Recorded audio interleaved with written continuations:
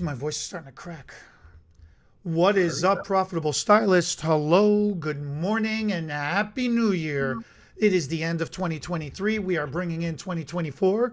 And just like so many other people, we are doing a channel recap for the year. I was just checking my text. Bernard is working as usual. Working. So we do a Facebook live for about 30 minutes before we come here on YouTube each Thursday, in case some of you guys want to jump over there. But we'd rather you here on YouTube, so don't feel obligated. We're doing a little recap of what our favorite stuff was for the year. I don't know. What do we call this? A podcast? A chat? Is it a podcast? I guess technically it is a podcast. Yeah, sure. What else would you call it? A what vlog? Are some of the a video log? A vlog, because it's a video blog. Yep, that's true. And I mean, it's the end of the year. We kind of talked about goals last time, but profitability coaching. We are the profitable style. I was looking for the generic terms, not new, made up. Yeah, we already did that in the title, and we made up a word that should hopefully intrigue people to want to watch it. So some of my we talked a little bit about this on Facebook, and I know people followed us over, so I apologize for the repetition. But I kind of wanted to categorize this talk into two different ones. Like, what was mine? What was Eddie's favorite video of the year? Tell us what yours was. If you've been watching these, what was your favorite video of the whole year? And the difficult thing is, I guess the unfair thing about it is, I might not remember the first few we did in the year.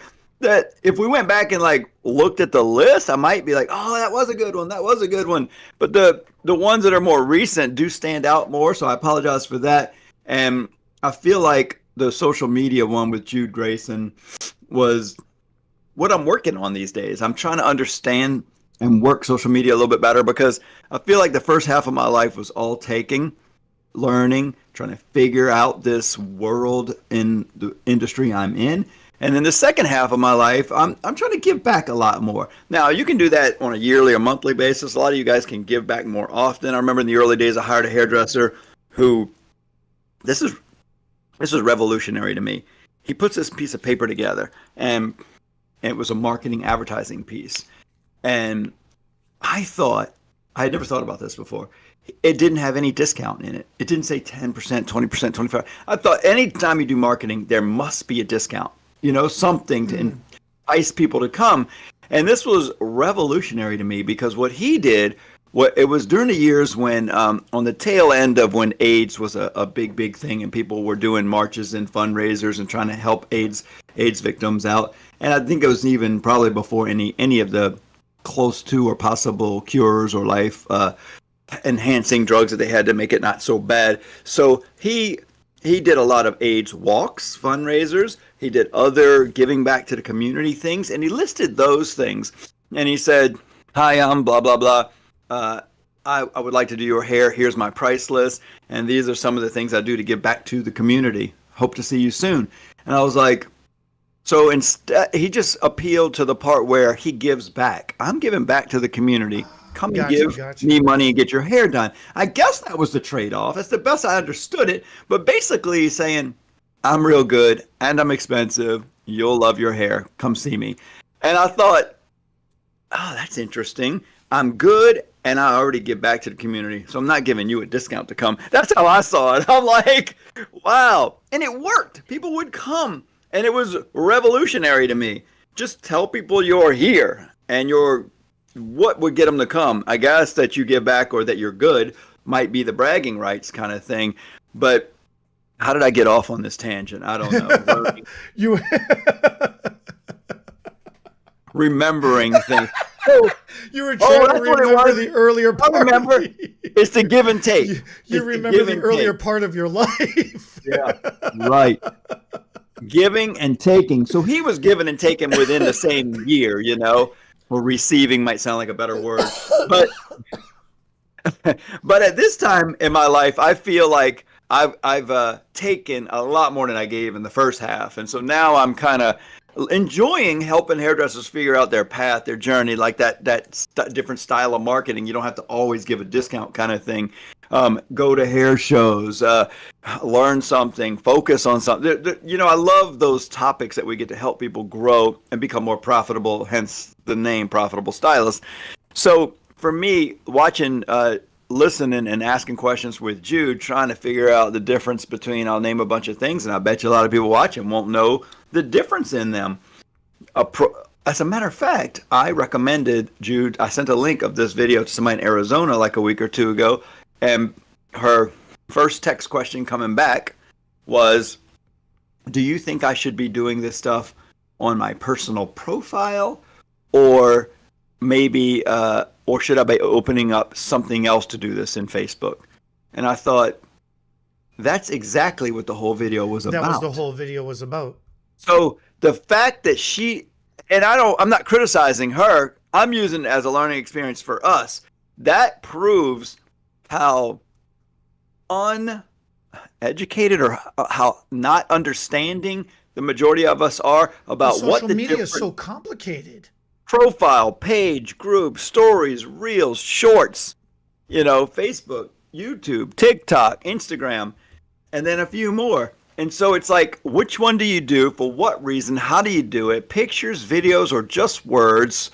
Should I answer everybody? Should I like and love everything? You know, so to me, it's like the ultimate video game. There's you gotta watch YouTube videos to figure out the cheat codes on how to work social media better, and then they're not all true, so then you got to test a few of them to see if it actually. So to me, it's a never-ending, very deep. You can dive down different rabbit holes, and I love the educational experience. What are you smiling about? Because Sandy said something in the comment during the live on Facebook.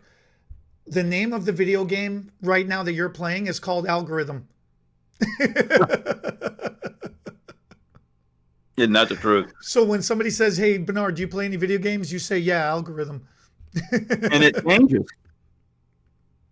And it's ever changing. That's the thing. Yeah. You never are going to understand 100% of the algorithm. And you're never going to win either. You're never going to lose, but you're never going to win, you know? It's just replayability. It's just constantly going at it. Who would ever thought that, I mean, we used to play games to win, get the highest score. Who'd ever thought that humans would be okay with playing a game they're never going to win? They're always going to be chasing. I mean, I guess it depends how much fun you get out of it. It's like fantasy football or something, right? It's like what I don't understand it, but man, do people enjoy it, and people enjoy talking to each other about it, you know? So it's really wild. So what was your favorite one with a person? And you can't name the same one. So I'll get you. Giovanni talking to us about the Olympics, the Hair Olympics, and how many additional aspects there are to our industry. You know, it's not just about cutting hair behind the chair. You got editorial work, you've got competitions. The sky is the limit with, you know, photography work. I just did, you know, Rose helped us negotiate with the Film Actors Guild, you know, and I just helped out a bunch of department heads with learning how to do hair extensions or a different way of doing hair extensions for movie sets and commercials, film, you know, sitcoms and things like that. Dude, there are so many different aspects to this industry. I mean, you've written a couple of articles this past year for a couple of magazines. I've written a couple of articles for a couple of newsletters and magazines this year as well, too. We've both had our things published. Dude, there are so many different aspects to our industry beyond the chair. That's a good point, because I've been doing hair for close to 30 years, you know, and in the very beginning I thought there was just doing hair, nails, and facials and pedicures. That's what my license covered. So I thought, I'm down in Slidell, Louisiana, near New Orleans. I didn't go to a hair show for the first 6 or 7 years of doing hair. I just got stuck in this rut of just trying to figure out how to pull some hair, people's hair, some ladies' hair through a cap to highlight it and do some cuts. And I did get into hair replacement, hair extensions a little bit, but didn't start doing foil highlighting till about 10 years in. And then I had about 7 years in going to my first hair show, and I was like, oh, wow, there's more than this little bit I'm doing in this small town. And then I had to be 13, 14 years in before I had even heard of the Hair Olympics. I didn't even know that was a thing. I had to go to Paris to, I was going to see the She Hair distributor in Italy, but I was going to possibly carry a hair replacement line or help Hair Skiing get started. So I went to where Hair Skiing's headquarters are in Paris, got to go to the owner's home, talk to him. And there he's telling me, so my head educator won first place or second place 3 years in a row, the Hair Olympics, the World World Hair Olympics. And I was like, I'm just faking like I know what he's talking about. I'm like, oh, that's amazing. That's great. Again, I heard the Hair Olympics. And it's not as big in America because now, even though I've been to a lot of hair shows, you don't hear very many Americans talk about it. But Americans enter it. It's something that's out there. Talk about getting some kind of credibility so that if you do something like Giovanni, who are you? I own a salon. I took second place in Hair Olympics for this, or this. It's like immediately my level of thinking of him went up tremendously because I know that whatever it is took a lot of practice, a lot of pressure, a lot of preparing. Can you imagine walking up on a stage or any kind of platform, and you're competing against other people to do anything? I don't care how good I am at anything I do. I would not want to do that. Even for hair replacement. I'm pretty good at hair replacement and extensions. And I don't want to go up against other people because then you're like, everything gets worse. So it's not just about being good. It's about performing well also. And so then imagine when you have to go on stage, because you and I have been on stage plenty of times. Yes.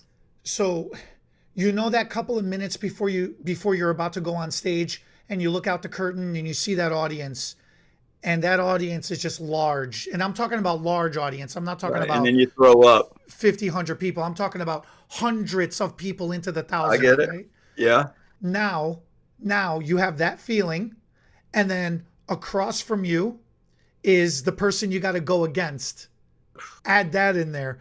And then and then there's a panel of judges sitting in front of you. So you got to do this live. You got to do this in 15 minutes. You got to go against somebody else while you're being judged, while you've got a whole room of people watching you. And you're never going to go and win the first time. So that's a practicing situation too. So you go, well, you could, but rarely. Most people are going to go and not do so good or do okay at first because you're kind of learning the process. You know, you're honing your competition skills. Maybe you did lower level competitions before this. So it's just a whole nother avenue, like you're saying, that you can go into in hair that most people don't know. So that is one of the things I like about this channel that we have. I just slapped the microphone, is that interviewing people, not only do we learn, but I think we hopefully pass this on to other hairdressers, other areas that they could go into to make money, like potentially this one. We are, on YouTube, we're at 1 million views, is it? We're over 1 million now, but yeah, we hit 1 million views this year. Yeah, a year ago I remember a couple of years ago we were one of our behind the scenes guys, my business partner RJ, was begging people at church to subscribe so we could get to 1,000, I think, just to get to 1,000 subscribers so we could unlock some new thing on YouTube. And don't get me wrong, YouTube does pay us. It's like so little. It's very little, but it's still fun to know we're monetized. It's a potential income in the future. But for now, we're doing it to give back, have fun, and support the clients that we actually have that take classes from us. And if other people get on here and get excited and learn something, that's just a side bonus, an extra benefit. And then some of you guys decide to take classes from us, so then we do end up getting paid for a class that we teach possibly, or we teach something and you don't have to pay for it. Either way, it's fine. We enjoy getting together because we actually have fun and learn things also. We do. Yeah. We do. I think one of the things I learned this year was you're not supposed to say hit the subscribe twice. So I've learned to not that I was begging anybody to follow us or share us or whatever the hell it's called, but I've left that to you. The few times I've tried to do it, apparently I've been doing it wrong. So, but we still got over 68,000 subscribers out of it. So Yeah. So that was fun. That was fun. So the channel growing, the channel growth this year has been like like you said, we went into this with no expectation. We actually started this during the shutdown, if you recall. Oh yeah. And it Yeah. was just something to keep ourselves occupied to figure out, business meeting, just to have a business meeting in a scenario, in a situation where we used to be able to get together regularly. And then, obviously that happened. We weren't able to get together. And then after that was over with, we're like, let's keep going. Let's just keep doing this. It's kind of cool. It's kind of fun, you Yeah. know? So Yeah. I think that was awesome. And what do you think of the channel growth this year? And we potentially do it on the worst day and time of the week, but it's what works for us, you It's know? what works for us. Because I mean, ideally, if you had to think about this, you should probably, if you want hairdressers to watch, it should probably be done on the day they're off On like a at a Monday time. or a Tuesday, but it's Yeah, impossible because we're here, teaching so much on Monday and Tuesday. Sunday or Monday, around the crack of noon when they're waking up at the crack of noon. And we're Yeah, either at so a show or teaching. Man, I'm teaching now Monday, Tuesday, Sunday, Monday, and Tuesday regularly. Wednesday, Thursday afternoon after the live, and Friday have become optional mentoring days. But I mean, it's just been, I am consistently that's busy good. all week. It's wild. That's good. Yeah. After you wake up at 11 or 12, right? I don't sleep. I don't sleep. If you never go to sleep, you never wake up tired, and if you never wake up tired, you never have to go to sleep. That's been my that's been my thing. So it's been teaching during the day, working in the salon behind the chair at night, and staying up the rest of the night contemplating my life decisions. So what was your favorite one without other people involved? Teaching you that clear is a thing. Clear glaze is a thing, and you can repair damaged hair. Right. So That has become the ongoing inside joke now for as long as I can remember. It's hilarious. so what I did to make my computer look brand new is I put some hair repair over the whole laptop. And I don't know if you notice how much better we look, but I did a clear glaze over this whole screen. Can A you tell? filter. You did a filter. Yeah, sure. I did a clear glaze so that I could sell this computer for the same price that I bought it for, because now it looks brand new, like when I bought it. Just I'm like gonna do that. you were talking Oh, about 6N, clear glazes are probably the second largest service as far as deep conditioners and sealing, after care with toning and stuff like that. I hope. Yeah. You sell clear glaze, right? A lot of it. Then I won't. Actually, I don't even promote it. I don't even push it. It just naturally happens because that's how good it is, and that's how important of an aspect it is behind the chair. That's good. That's good. And We if I should move on wasn't to another. sick, if my voice was better, I would Lay really let you have it. Yeah, sure. Yeah, I don't want to talk bad about it anymore since y'all sell it. It ain't got nothing to do with selling. Every color line has. Even you have it. I know my Go downstairs in hairdresser. your dispensary and see how much 0/00 you have. I got a couple of hairdressers that really believe in it and sell it. I'm just saying I have some that also think like me, and they're like, I don't feel good charging people for something you can't see. It's clear. I said, I know, I know. I feel the same way. I feel like I'm taking advantage of them. I'm like, ooh, maybe. Mm, no, I don't Then think I. why do you sell hair extensions? You can't see where it's attached. Are you kidding me? You that's Yeah. not that's not even a fair. How Let's is it stay not on fair? topic. Because you add length or fullness, you see a difference in You're their doing the same extensions. thing to the hair when you put clear glaze on Oh it. my goodness, use a better argument. So your that was your favorite? Was The trying to convince me of a myth? it's when we go back and forth with each other like Yeah. this, trying to um trying to educate each other or trying to like find an angle, a playful angle figure out how you can prove a point or see if you can open up somebody's mind to something that they don't necessarily understand or believe? Oh, I'm closed-minded. Is that what you're saying? Oh yeah, yeah, Look, you've yeah. been teaching me English this past couple of Right. years, right? So between my sayings and my grammar and my vocabulary, It's getting I'm, so I'm much getting better. good at at Yeah, at, at talking. yeah. I'm gonna be an attorney soon. So, you had mentioned a couple of others because so those are our top two. So Giovanni and then that one. I don't think I named one where it's just the two of us here. I did it on Facebook, but for me, it would be when we talk about color, bleach, lightening, the chemicals. Oh, you know one. This is a humbling situation. I just faked it for so long until John was on here with us. I faked it for so long. I mean, we sold extensions forever, and people would always say, "What can I shampoo my hair with?" And I just kept hearing it repeated and repeated. So I just went with it. The truth is, I have no idea what it even means. But when they would say, "You have to use sulfate-free shampoo," I say, "Oh yeah." I didn't even know what a sulfate was. I mean, I was like, "What?" If it's been in shampoos my whole life and I'm not dead, it's probably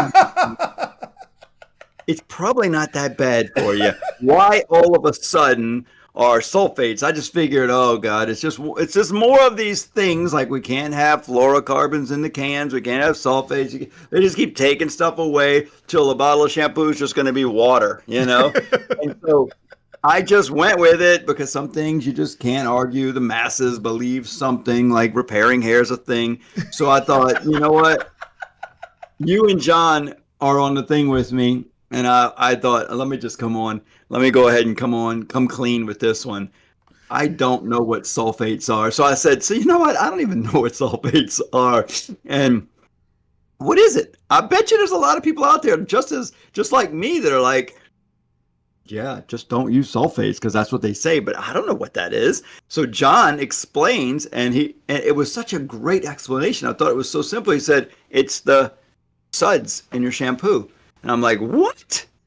And so obviously, I thought suds were good. And not that the suds are good or bad, but that was a byproduct of sulfate to make a cleanser seem like it's better because it would suds more. I don't necessarily know what the negative side is, if it has something to do with its pH balance or whatever. But then a few weeks later, when we were talking about that, because I was still excited to know that sulfates make suds, so now I can tell if something has sulfates when I shampoo or when I see it. And then you explained the difference between suds and lather. And Because I was like, well, if we have no sulfates and we have no suds, how do we even know it's shampoo?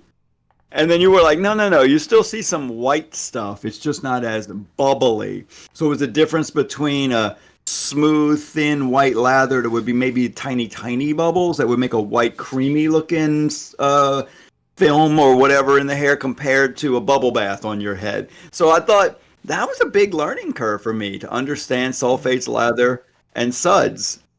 Seems stupid, I guess, to most people, but to me, that was huge.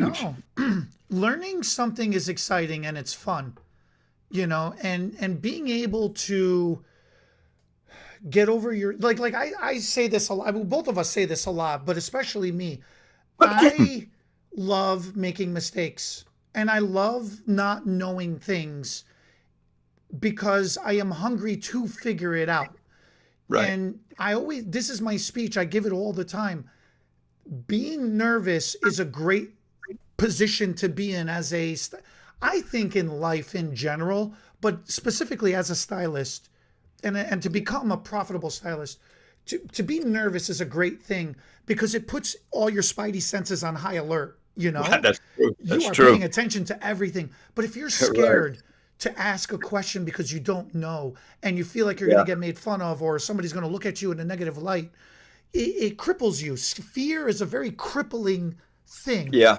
But nervous is you're on the tightrope. You're almost scared, but you're not. You're almost secure, like to jump, but you're not. You're nervous, right? So it's being able to fight through that and then overcome that nervousness and have a success or have a failure. It doesn't matter. But you made Only a way decision. learning happens. It's the only way it happens. It's awesome.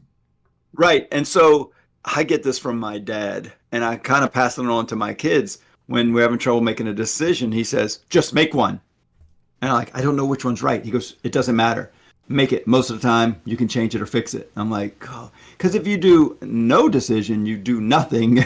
Nothing happens. You learn nothing. So, right. You got to realize that you have some bit of intuition or something down deep in that brain of yours that is going to probably come out on the better side than worse side more than half the time. So most of the time, that decision is going to end up right or better. Sure, you're going to make some mistakes, but if you make no decision, nothing happens and no learning happens. But if you just make a decision, screw it up, and not like you said, you love making mistakes, you at least have to come to grips with it's okay to make a mistake. I'm just going to go ahead and make my mistake right now. And maybe you don't. Hopefully you don't. But if you do, you then know not to do that. It's the only way you learn.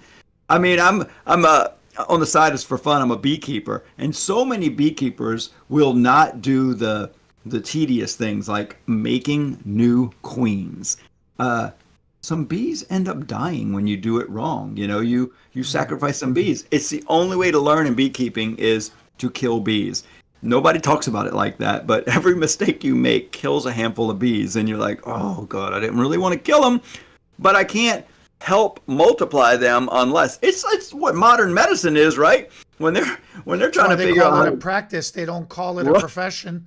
Right, when they're trying to help humans with medications, they don't get them all right all the time. Some of these practice and trials, and some people don't respond correctly to certain medications and end up dying. So, I mean, if you don't make a decision, you can't move forward. That's the bottom line. So, yeah, if nothing else, I hope people do. And so, yeah, I enjoy moving forward also, which means you have to enjoy making mistakes to a certain degree. We don't like the mistake. We just know that on the other side of mistake is education, learning, moving forward, doing something new and different.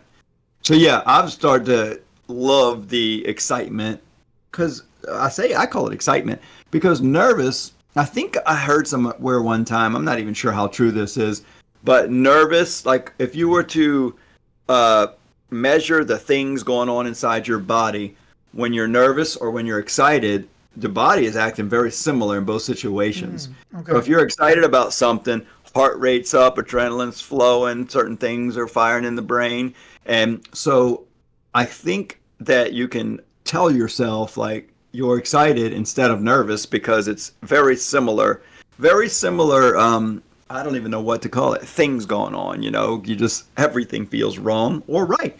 And so I've enjoyed like getting ready to get on stage and talking, and I'm like, I never did get to that point where I know a lot of people will throw up right before they go on stage because they're I've heard that. nervous. I've seen that. And I've never been that bad, but I maybe I was worse because there's been times where I was supposed to go out in front of people and then I just didn't.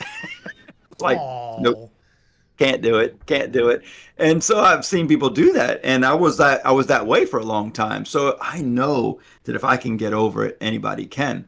And we should probably do 1 week on how to get over fear of public speaking. That would be good to add to the list because I've learned some little tricks along the way that have helped me a lot, and that was really, really fun. And I guess freeing, rewarding. It just made me feel. You're putting it on the list now so you don't forget. What is this coming? What? Nervous is the difference between a racehorse and a donkey. Is that some Southern saying thing that I don't know? What is that? No, I think, is that RJ saying that one? Yeah. I might get it wrong, but he basically is saying, who wants to be a donkey? A donkey doesn't get nervous. They don't care, but there's nothing exciting or positive about a donkey kind of. And so everybody's going after that prized racehorse. Is that what that is? Right, everybody. So a racehorse, when you see them, man, I don't know if you've ever been up close to racehorses in the gate about to go. It's almost like the thing that they do show closer often is bull riding. And it's not much different. That bull in that little cage that rider's on there, that bull is bucking and moving around. Racehorses, when they're in the gate to go, they just want to go. And so they're kind of hitting the gate and bucking a little bit because they're like, open that gate, you know? And then the gate's just, and they just take off. So yeah, I guess he's saying the difference there is which Okay. would you rather be, a racehorse or a donkey? I'm The definitely a racehorse is very racehorse. I never sit still. I'm always raring to go, whether it's right or right. wrong. I'm always I'm raring sure. to go. Yeah, I'm sure there's more details of that that I'm not getting, but that's roughly what I think he's trying to That's say. awesome. Well, with all the education that we've done this year, is there any particular classes that stand out?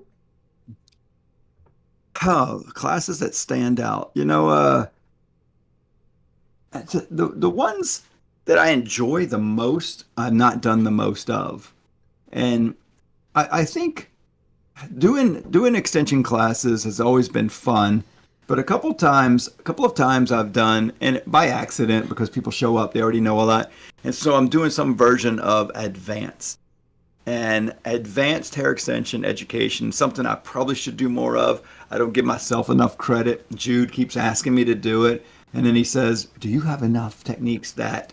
And so and so, first of all, I don't think advanced needs to be so advanced because I find that when people come back for a refresher for a class, it almost becomes advanced for them, even though it's very similar.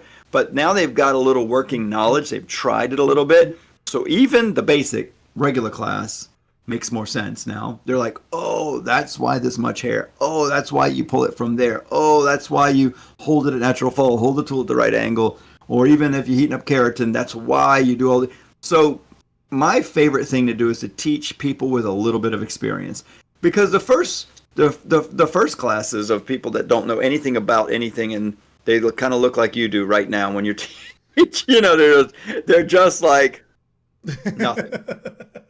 Okay, okay, because everything you're teaching them, they have nothing to gauge it against. So I almost feel like the first class should be, look, you just hold it like this, do like that, pull it through, squeeze it. But where do I put them? Doesn't matter. You're going to do it wrong when you leave. You could teach placement in a class and why and how to sell. And most people don't do most of the things you teach them because they're nervous in the class. It's so much. It's so new.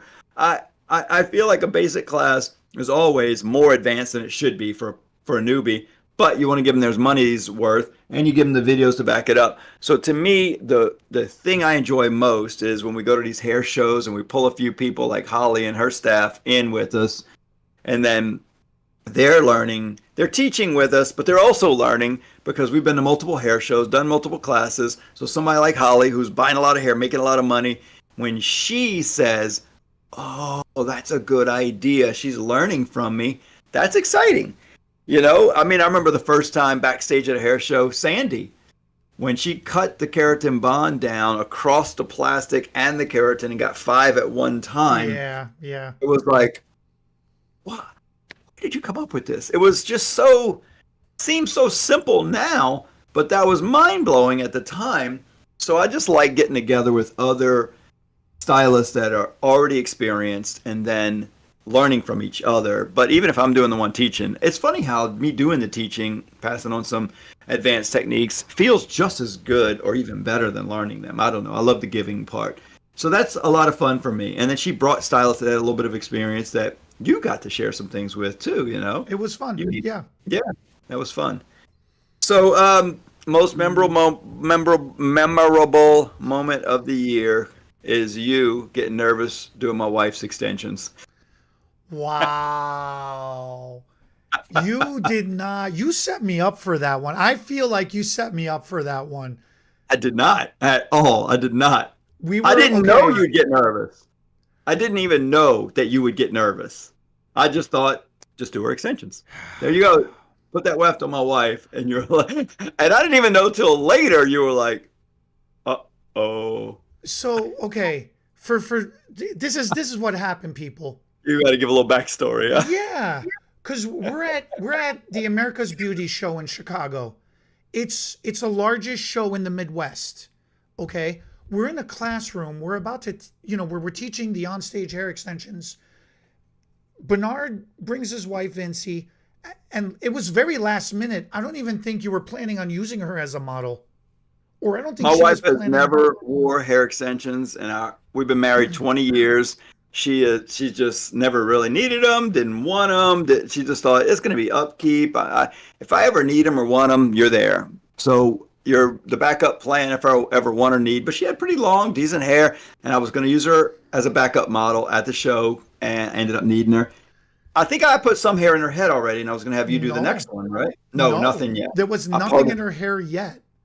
Yeah, and I was going to be putting extensions in her hair, and I'm in front of a crowd talking, and I just at the last second decided, oh, Eddie's standing there doing nothing. I can talk way better if I'm not doing hair. So let's have Eddie put her hair in, and I'll just keep talking. I'll explain what's going on. And Vince So and I both go, what? Unplanned, very impromptu in the moment. And I was not aware that Vincey had never worn hair oh, you extensions didn't before, know? ever. I thought you knew. Oh, Did not you'd have been know even that. more nervous then. Huh? Well, Vincey goes, Bernard, she's whispering to me. She goes, he's the only one that's ever done my hair. I'm like, well, you've got your hair done at the salon. She goes, oh, those are blow dries. Those don't count. I'm like, oh my God. And so you. So now she's a nervous wreck. And so now her nervousness is like feeding my nervousness, right? But we're in front of an audience, we're in front of a crowd. You're carrying on. You're like, when are you going to get started? You're going to set a timer? And I'm like, oh, I got to speed install this on top of it. I can't just put it in, take my time nicely and do it. It was. And you don't want to hurt my wife, let her down. She's one of the owners She's got of a the sensitive company. scalp too on top of it as well. So Little I'm tender. like, oh, come on. Do you like talking about the odds are stacked against you, right? So I did it fairly quick. It wasn't my quickest install, but it was among my top quickest installs. But man, it was excruciating, the longest minute and a half, 2 minutes of the installation of that weft. It was insane. And I keep whispering to her, is it okay? She's like, I don't even feel it. You're doing amazing, She's like, I wish Bernard was this gentle. I'm like, oh, okay, that's a good thing. Get halfway through, I look up at you and you're like, are you done yet? I'm like, oh, son of a, all right, I'm not gentle at all. Oh man, it was hilarious. It was absolutely hilarious. Like the whole situation of impromptu-ness totally threw the whole curveball. But I think like people, especially in the front row, in the first couple of rows who were seeing it happen, they were really appreciating what was happening too. Like all the way around. And then when I got done installing it, then finally you drop the bomb and you're like, oh, this is Vincey's first ever hair extension. I'm like, oh God. Yeah.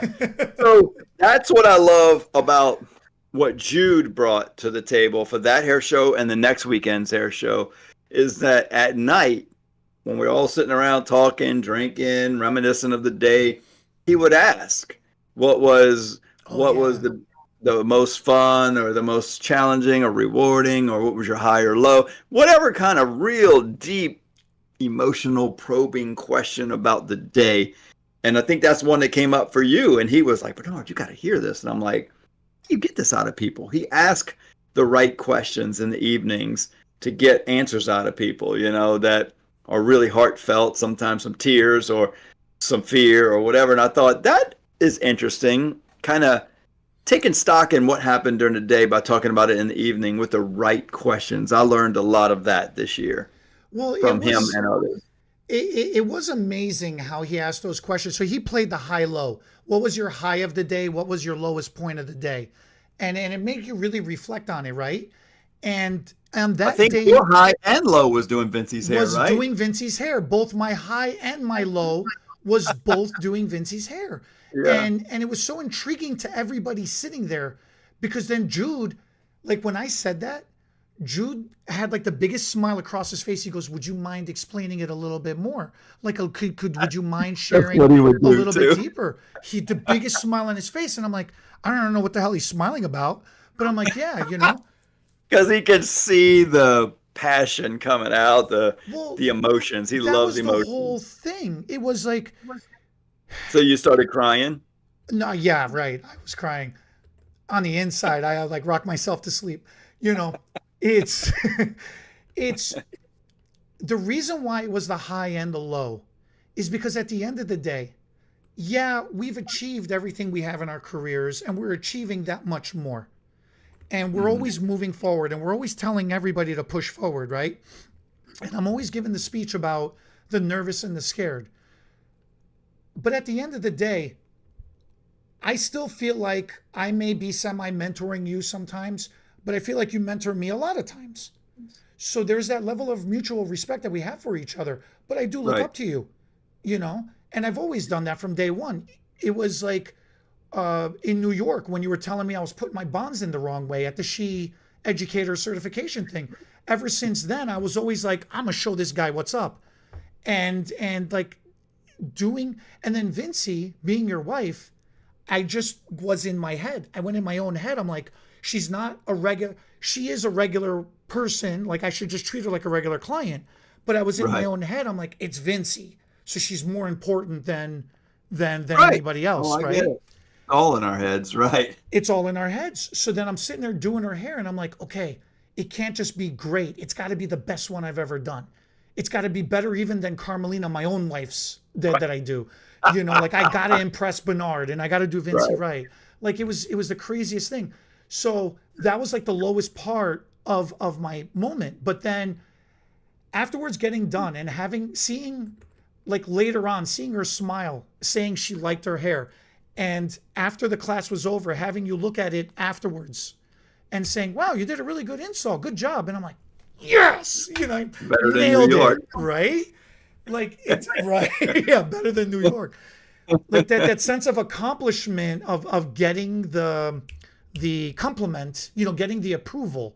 It was like that pat on the head, good job, boy. You know, it's like, damn, it feels good. You feel like a little kid and your parent told you good job, like you accomplished something. Like that was the high of my day. That was the high. That was like the equal low and high. That's It's just, good. That's it's cool. it's funny. You're right. The compliment, the pat on the head, good job. Doesn't matter how old you are, who you Yeah. are. We've got a little 2-year-old granddaughter, and we're on our way to some Christmas function in another state, and it's like 2.5 hours away. We're driving to it. She's in her car seat in the back. She calls my wife Mitts, and so she's like, Vincey turns around, she does something for Elise, and Elise says, good job, Mitts. And Vincey starts cracking up laughing. She said, I did a good job. The 2-year-old's telling me I did a good job. And she said, of course she's copying because we're always like, good job, Elise. Good job, Yeah, Elise. right, And right, right. good job, Mitts. And Vincey's she goes, I don't know why that tickled me so much, but even at my old age, I'm so happy I did a good job and somebody told me. And how much credibility do you give to a 2-year-old telling you doing a good job?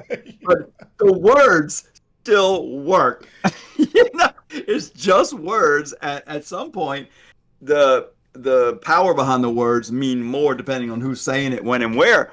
But that is probably the lowest level of. There's not a lot of thought behind that. She's just repeating words right now, but it still makes you feel like I did a good job.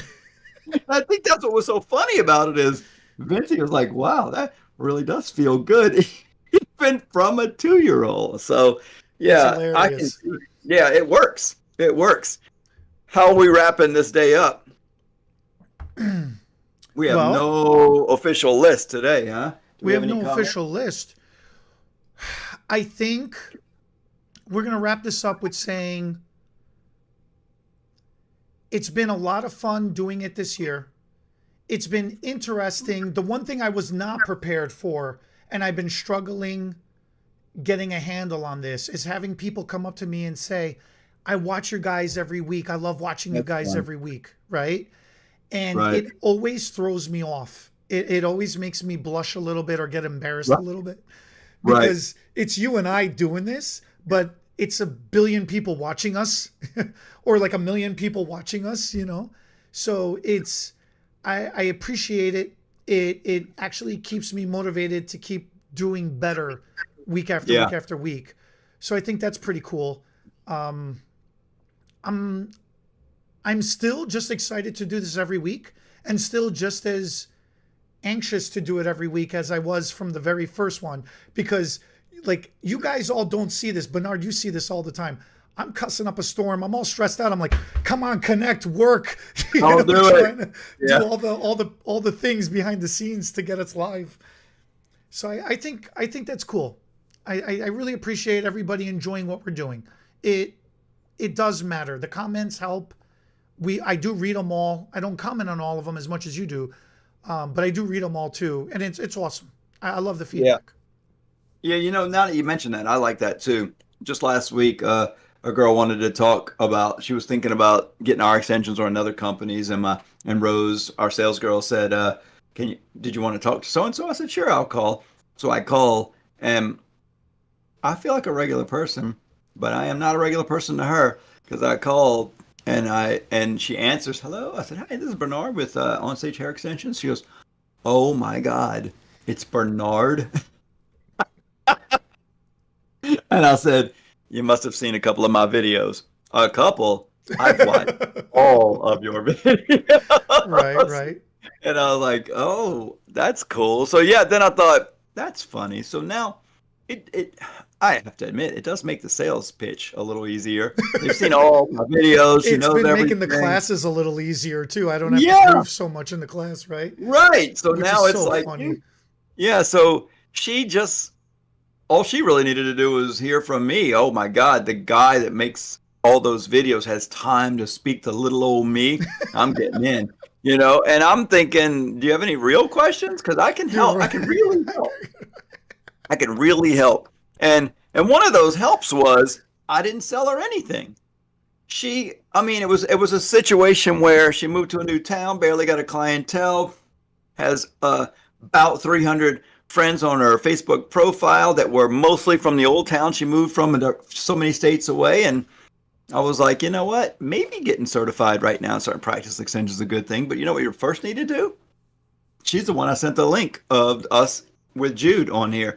I said, you need to build your local Facebook personal profile first. And this is how you do it. I could try to explain it right now on the phone, but just let me send you a link. Watch this. We'll talk again in a week or two. Start building that profile, asking people if they would get extensions if you learned how. I mean, I'm not going to just sell her a class because she wouldn't even be buying any hair anyway. So it'd just be, if I sold her a class, I make a few dollars and then it's over for both of us. She's worse off. I'm a tiny bit better off maybe, but we don't make much money on our educational classes. Yeah, right, We right. want to sell hair. So if she's profitable, we're profitable. So for me, it was like, get in a better position and then let's talk again and move forward. And I'll teach you how to actually market it. But you got to start friending some people in your local. So yeah, that's fun. The credibility makes my words more important from doing this. And I like that. I appreciate it. It's kind of fun. So just trying to stay humble because I don't feel like I'm anything special, but I'm glad some of you guys think that we are. And that's the coolest thing is keeping each other in check, and I think that's what makes it work. Neither one of us are got our heads up our butt. No, but I do have to go so I can eat some more Yeah. pretzels without getting the bad comments. This is not Is an this a eating cooking show. show? Yeah, this is a We cooking show. we are human. We Oh, do get you roast hungry and we do get thirsty. Um, Yeah.